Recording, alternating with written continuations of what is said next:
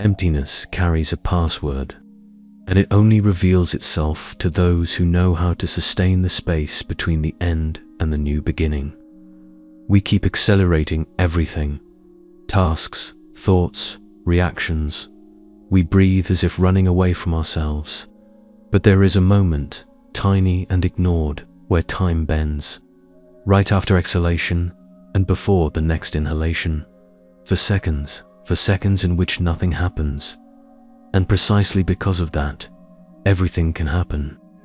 In Tibetan texts, this pause is called the lightning kumbhaka, a controlled silence that, according to the ancients, activates dormant centers in the chest. According to science, it activates the vagus nerve, reduces cortisol, changes biological behavior. Harvard mapped this interval. Neuroscientists observed concrete physiological effects in just 2 weeks of practice. But the true impact is not in the numbers, it's in the experience. Imagine a point where the body stops, but perception expands, where the absence of air becomes a presence denser than any stimulus.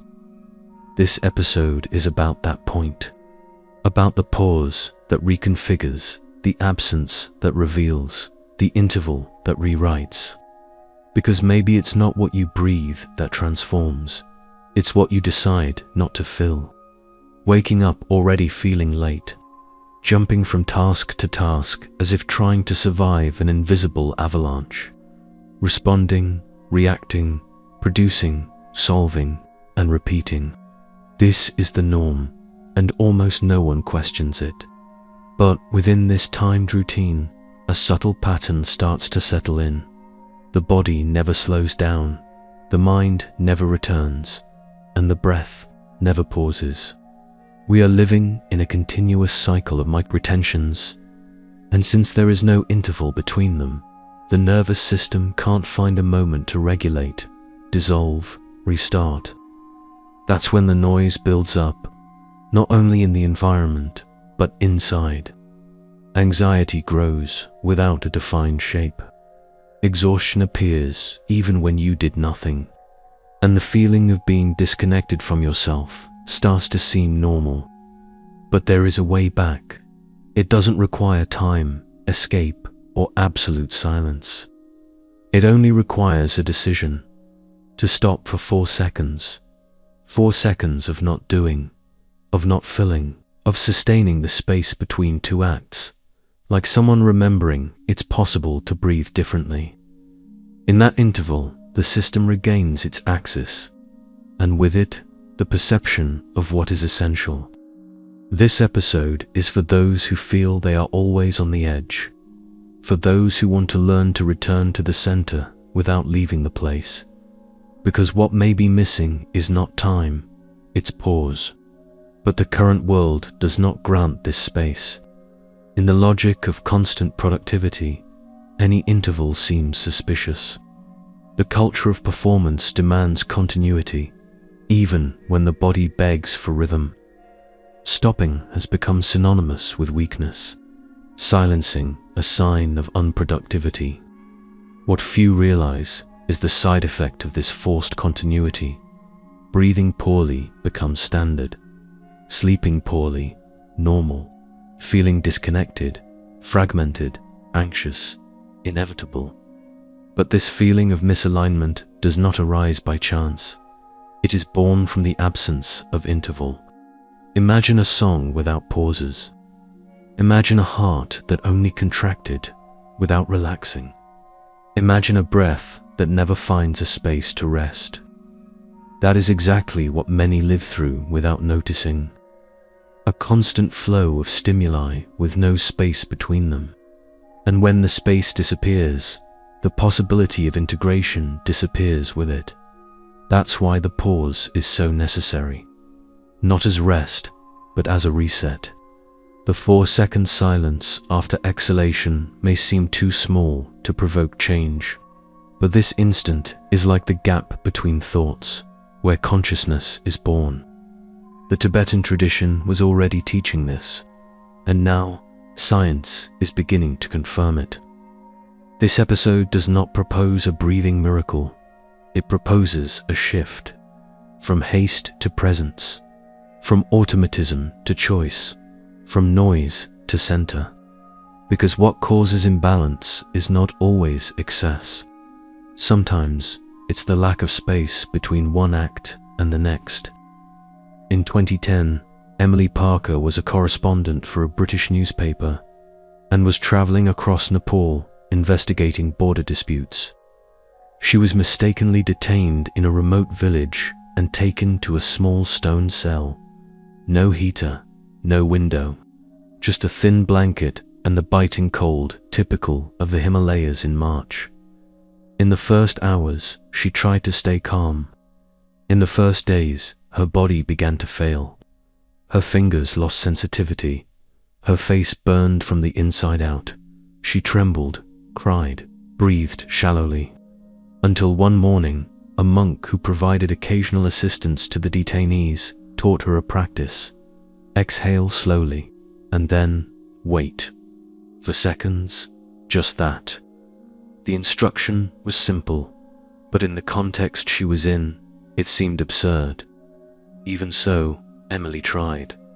And on the third day, something changed. She began to feel warmth inside, like a coal lit under her skin. The trembling stopped.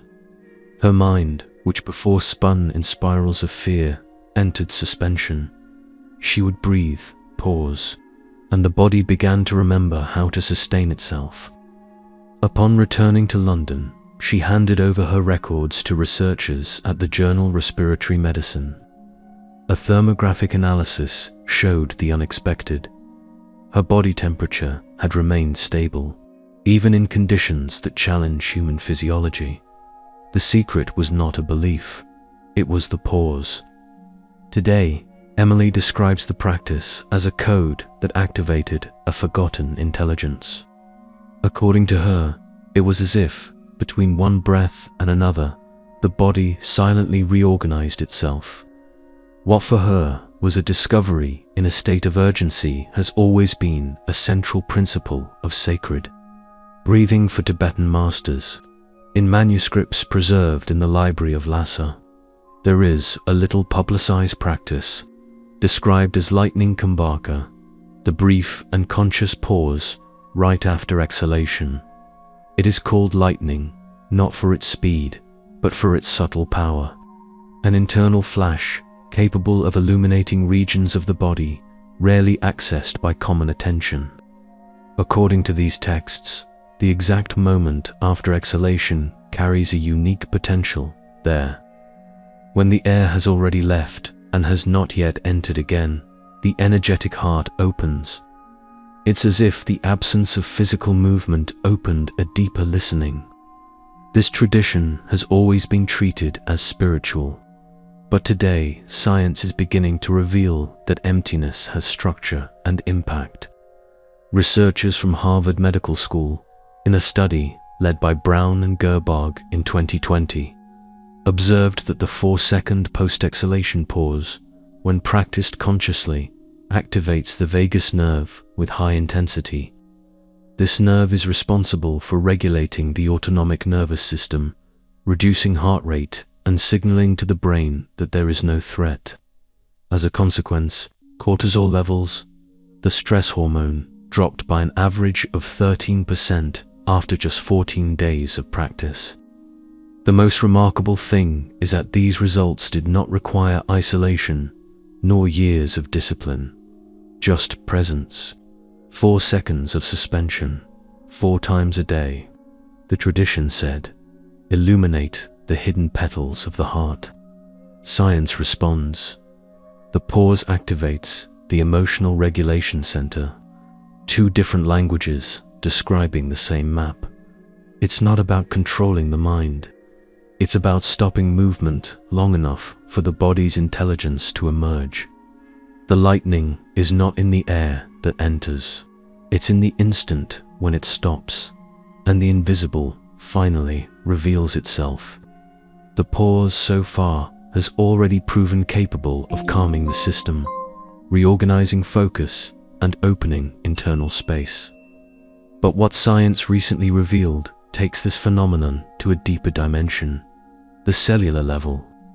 In 2022, researchers from the University of California in San Francisco, UCSF, published a study in Cell Reports with results that challenged the traditional view on breathing. They followed a group of volunteers for 30 days, all practicing a simple protocol, breathing cycles with conscious 4-second pauses after exhalation. At the end of the period, tests showed an average 30% increase in telomerase activity, the enzyme that protects telomerase structures that function like caps on DNA. When telomeres shorten, the body ages. When they are preserved, the cell remains young. Additionally, there was significant activation of the enzyme SIRT1, known for regulating genetic expression linked to longevity and cellular repair. This enzyme is activated in situations of fasting, deep meditation, and, now it is known, conscious breathing pauses. In other words, the way you breathe alters the way your genetic code is expressed. And among all the elements of the technique, the pause, that brief space between the end of one cycle and the beginning of the next, was the differentiator. What once seemed mystical is now measurable, and what once seemed small proves to be essential. The pause ceases to be a subjective act and becomes an epigenetic intervention, a soft and silent rewriting of your biology. Behind silence, there is language. Behind language, there is transformation. And all of it begins with 4 seconds, in which you allow the invisible to act. What ancient traditions intuited, science now confirms with precision.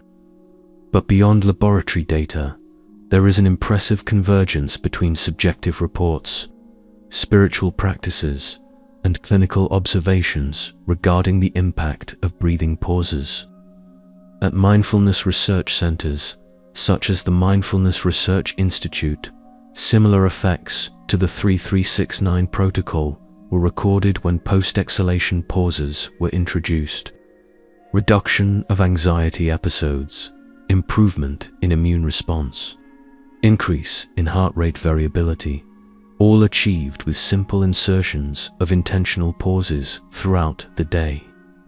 In classical yoga, Antara Kumbhaka, retention after inhalation is more widespread, but Baya Kumbhaka, the pause after exhalation, is considered more advanced. Why? Because it is there that the nervous system receives neither stimulus nor nourishment. It is where it learns to trust without being in control. In clinical contexts, respiratory therapists already apply adapted versions of this pause in emotional rehabilitation programs. Patients report spontaneous reduction of obsessive thoughts, improvement in sleep, and a new sense of centeredness after a few weeks of practice. But perhaps the most relevant data come from the more subtle perceptions. People who practice regularly begin to report something that studies have not yet learned to quantify: a new relationship with time. Internal hastiness begins to give way to presence. The moment ceases to be a bridge to the next. It becomes a place to inhabit. This changes decisions, changes the way one listens, changes how one reacts to challenges, conversations, unforeseen events. Breathing with a pause is not just about modulating the air, it's about modulating the quality of experience. And when this space becomes a habit, daily life ceases to be an uncontrolled flow. It becomes something that can finally be inhabited with lucidity. Everything you have seen so far is not distant theory, nor scientific curiosity. It is a real, accessible, daily tool. A key that is already in your hands, or rather, in your lungs. But like every key, it only works if it is used. The 4-second pause between exhalation and the next inhalation is not a technical detail. It is a symbolic gesture, a micro-act of sovereignty over one's own time, a millimetric rupture in the stream of automatism. You can apply it today. After a difficult conversation, in the middle of traffic, before pressing send, after every moment that seems to steal you from yourself.